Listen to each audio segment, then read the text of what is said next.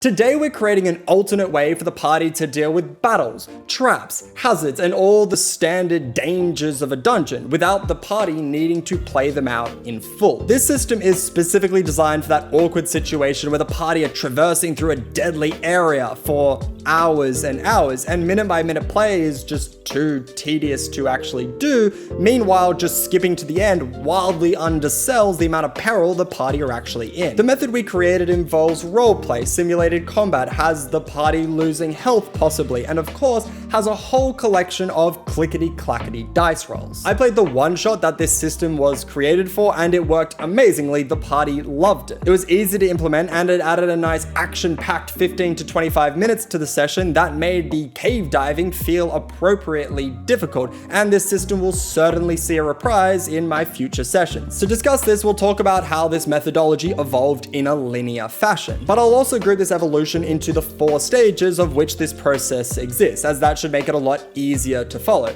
But to kick off, let's just see the original idea. And I think something that could be really good is some roles related to the party journeying through the caves. Traveling in D&D is usually kind of boring, and making it interesting can be quite hard, but I've had some ideas of like, how can we make this interesting? We're gonna have 4 sets of roles which determine a bunch of different things. The 4 stages would be stage 1, determining who gets to lead the party on their journey, with stages 2 to 4 consisting of a variety of roles based around the central premise of this whole thing, simulating combat and other perils of a dungeon. The next thing I think we can do is these caves are filled with monsters. There's monsters everywhere, and as they make their way through, we can see how many fights the party get into. And what we'll do is I think we kind of want to get rid of some of their HP or have the threat, but combat can take quite a while. And I've never done this before, but I think the idea of simulating that your party was in battle. Your party had small skirmishes or you were attacked and sort of ran away, and doing a set of roles that just determine sort of how well that went for you, rather than needing to actually do combat. And these will be based on sort of your attack rolls, your AC, things like that. These 3 stages would break down into stage 2, making skill checks to see how many fights the party get into, stage 3, making attack rolls to see how well the individual players perform, then stage 4, using AC, saves, and stealth to see how well the players perform defensively. This would be the basis for this new system, but we needed to figure out the logistics of them and how they all melded together. The first stage was incredibly simple and sort of stands on its own. In our one-shot, this is particularly important as our party members are working against each other to a degree, with each of them thinking they are the most important member of the party. So giving one of them a leadership role officially is a pretty big deal. The nominated leader also gets a D12 inspiration dice that they can use on any role, so this should really spark each of the players to actually fight for it, which is what we want, as debate between the players is the primary goal of this stage, and exactly how it went down in the one-shot. I think this is once again a good opportunity for roleplay of each of the people making their case. Is a good opportunity for debate between the party. Who gets to be the leader? I'm the mining person. I maybe have a better understanding of the cave system, so I should be able to lead. The outcome of this survival skill check breaks down into rolling badly adds a fight, rolling well avoids a fight, and rolling middling is just neutral. If you're using this in a regular campaign, it'll likely make more sense to have the inspiration dice give less of a hefty bonus, especially as the person for this role will likely be fairly obvious in most parties. It'll also likely be a situation where the players help each other on rolls or work together to get to their destination. This would lead us to the next stage of rolls. We're going to make 4 checks, and each person is going to make one of the checks.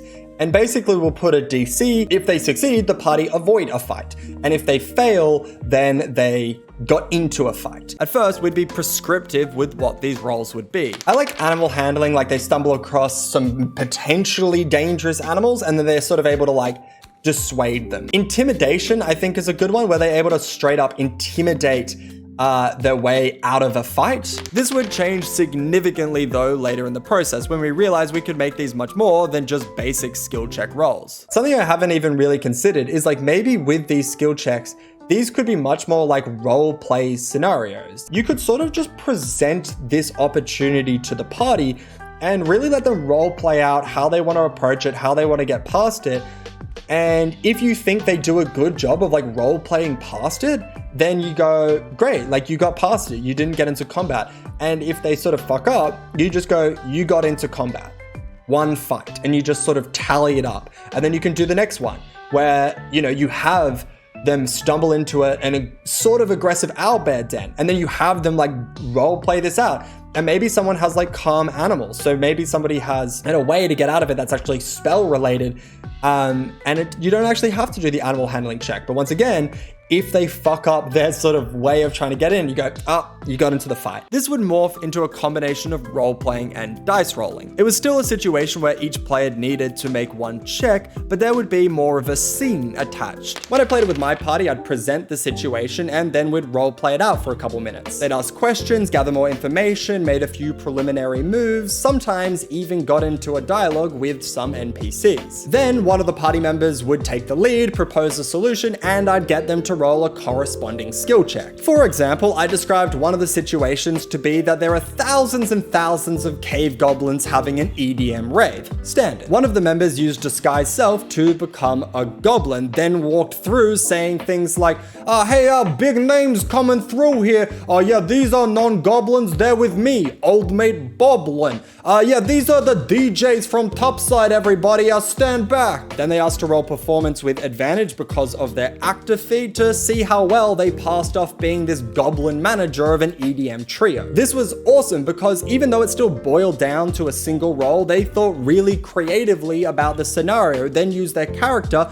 to personalize their approach. This was super memorable and a lot better than me describing a scenario and then just having one of the players make some pre-assigned role for it. But we're still catering to both playstyles. These could easily just be skill checks with no roleplay, or if the party want, these could expand into much longer narrativized moments. And even within the party, we saw people exist on this spectrum, depending on what they were comfortable with. As we move on to the third stage, I wanted to make sure attack rolls were a part of the mix. Now we need to sort of establish a table of how they do damage during these fights. They'll do 3 different checks, and they can either roll to hit, or if they're like a spellcaster, then they sort of which spells they're using, and there'll be like spells saves against them. This system of making 3 rolls or having the DM make 3 saves, then either succeeding or failing is good, but limited. The outcome of these rolls would be each success would lower the overall negative consequences on our damage table by 1 tier, a concept I hadn't really developed at this point in the process. Like, what does lowering by 1 tier even mean? This is all in reference to the, at this point, theoretical damage table which we'd create for this, which is something I'll go into a lot more depth when it comes up. The general description is that all of this accumulates into a single outcome, which you can just look at on the table, and it describes how much health you lose, and if you have spell slots, how many spell slots you lose during this endeavor. Back to the attack roll stage, the main limitation is that it doesn't bring damage rolls into the equation. This makes things simple, but characters' damage output is really important, and as we're trying to use as much of the character sheet as possible, not including these rolls is kind of lame. I did create a solution for this, but honestly, it's just sort of too complicated, and while it could work and probably would be good, I didn't use it for the one shot and it didn't matter. The system worked great, and I think leaving it out was the smart choice. But let's talk about stage 4, the final stage of dice rolling, where we actually develop the consequences for this whole palaver. So when it comes to seeing how defensively they do, I think it being AC makes a lot of sense. A save of their choosing makes a lot of sense, and then also stealth, because I think stealth is very related to kind of how much damage you take. A lot of stealthy characters aren't really in the fight a lot, you know, or they're further back and they're sort of being in a more defensive positions. The player's AC, their save roll, and their stealth roll would then be added together and would place them in a tier on our damage table, a thing we'd create very soon. But before we'd create this table, we also needed to separate out the different classes from each other, as having a single uniform table wouldn't work. I think we're going to split this into 3 categories. One is going to be martial characters. This is sort of your fighters, your rogues, your barbarians. This group is going to have just like a pure health pool of damage that they take. The next group, I think, is going to be sort of our warlocks, our paladins, our rangers, a combination between spellcasters and sort of people that use weapons. And the reason for this is because on top of losing health, we're also going to have people lose spell slots. So the worse they do on the rolls, the more levels of spells that they have to give up.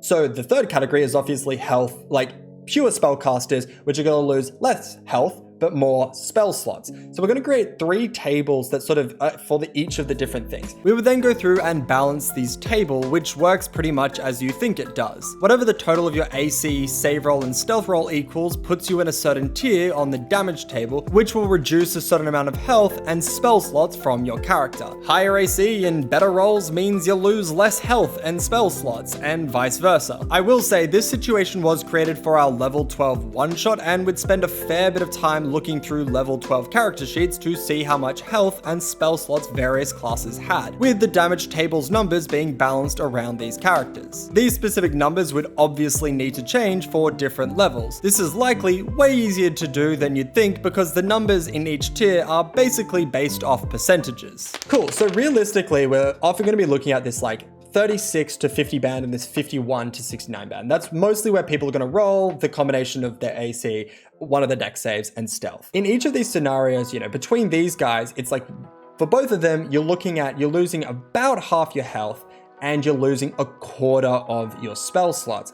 And I think in both of those situations for this 36 to 50 band, that's a pretty realistically damaging thing for like not particularly good rolls.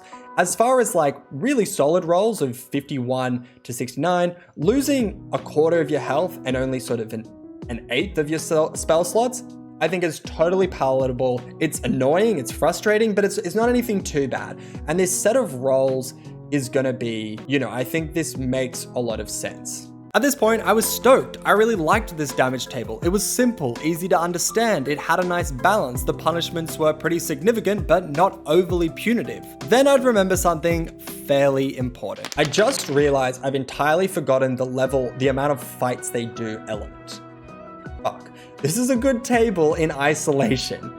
It works with the idea they have to make these 3 checks, but it doesn't relate to fight at all. I should note, when I say stage here, I am referring to the tiers in the damage table. So we have this stages thing. How we can bring this back in is I think each fight they get into amps them up a stage, pushes them up a stage, pushes them up a stage. Each success, like how well they roll in their attacks, lowers them down a stage. This would continue to be discussed and tweaked, and while it's a little bit tricky, I think it's simple enough. And when I ran it in my campaign, it worked super well, and all the players understood what was going on really quickly. Basically, the defense rolls which they make at the end are save of their choosing plus stealth, plus their AC, which isn't a roll, but these 3 numbers together act as the baseline for where they land on the damage table. Then, depending on how the skill checks go in stage 2, the party get into quote unquote more fights. Each extra fight they get into results them in moving up 1 tier in the damage table, resulting in them losing more health and more spell slots. Meanwhile, for the stage 3 attack rolls, each success means they move down 1 tier, resulting in them taking less damage and losing less spell slots. Overall, doing badly on skill checks results in more fights and is more of a punishment. Meanwhile, doing well on attack rolls is a reward as you get into less fights. How we did this in my game is that I was just really transparent after each roll. I would narrativize the results of a success or failure. Then I would just mechanically tell them whether they had gotten into a fight or not. When they did their attack rolls, I just told them individually. In combined with the group skill checks, you move up 1 tier in the damage table, or you'd move down 1 tier in the damage table. And then each player would just remember that one thing. When they did their defense rolls, they would give me the combo of the 3 numbers, then they would tell me if they moved up a tier or down a tier or didn't move at all, and then I would tell them the outcome of how much health and spell slots they lost. I will say all of this went really well. I was a little bit shocked about how well it went in game. I gave a short explanation of what we were doing doing, and then I sort of guided through each step of the process. But honestly, the players picked it up really quickly and understood what was going on. They were never really confused or like, hey, what's happening?